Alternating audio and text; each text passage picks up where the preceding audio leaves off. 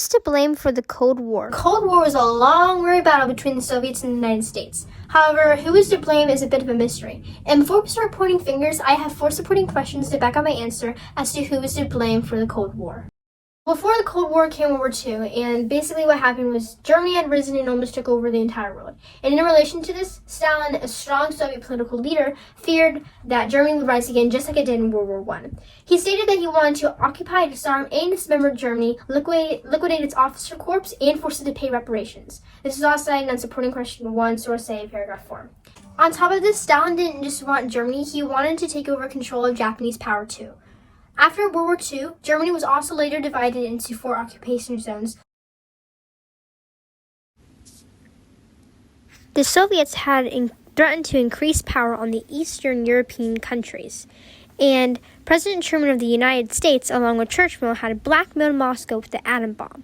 And President Truman made a rude outburst in conversation as well, and Molotov, in relation to blackmailing the Soviet Union with an atom bomb, thought that this was a serious threat to Moscow. Stalin, however, moved toward the response that Truman said and seen it as a Soviet threat, especially to the West. The level of confrontation had heightened and the Cold War broke out.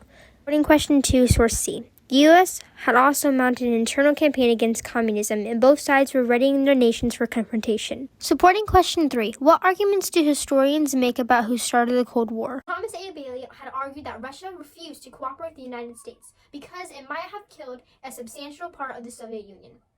This would have further prevented the Soviet Union from a personal advantage against the West, and this could have led to communism and an openly proclaimed warfare. Thomas A. Bailey stated in supporting question 3, source A, the Soviets had never allied themselves with the Western democracies in spirit, and when the fighting stopped, there was a natural tendency for the Russian mind to return to or remain in the old grooves of anti-Western distrust.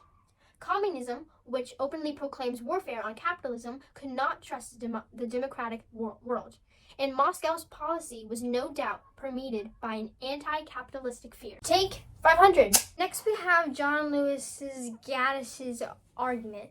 He believed that the Cold War was way too complicated to comprehend who was guilty or not.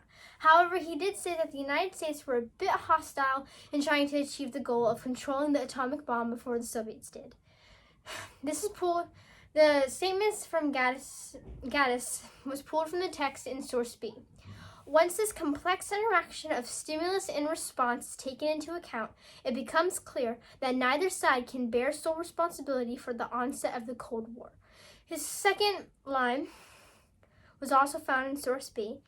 Revisionists have argued that American policymakers possess greater freedom of action, but their view ignores the constraints imposed by domestic politics. Here we have George C. Herring.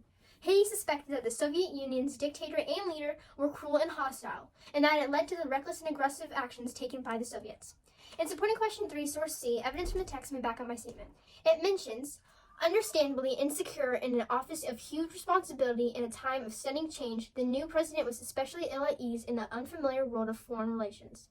The Soviet dictator was a cruel tyrant who presided over a brutal police state. Does it sound like anybody familiar? Supporting question 4. Does it matter who started the Cold War? Does it matter who started the Cold War? In my opinion, yes, it does matter, because whether or not who is to blame, the Cold War still happened. And I believe that multiple nations could have handled it differently. In supporting question 4, source A, the text exclaims, giving credit and blame uses the universal human tendency to perceive, describe, and remember social experiences as stories. In other words, this is like a cause and effect thing. Knowing who was responsible for such lethal actions and events can help people understand the concept of the event. And blame can matter retroactively and prospectively. It indicates who we can trust and whom we must trust. Blame is important because it can hold people accountable for the actions that they have taken. Because all actions come with consequences. The compelling question, who is to really blame for the Cold War? So, who was really to blame for the Cold War? Although I feel like both sides were a bit immature and childish in their whole war thing, I feel more towards Soviets. Because like John Lewis Gaddis said, the Cold War was a little too complicated to comprehend to determine who was guilty or not. However, in source A, supporting question 2, the Soviets had threatened to increase power on the West. But this had made Truman take action. And although he was a little responsible for some of the actions he took, the Soviets sort of sparked the aggressive confrontation between the two and made the U.S. want to jump in and stop it.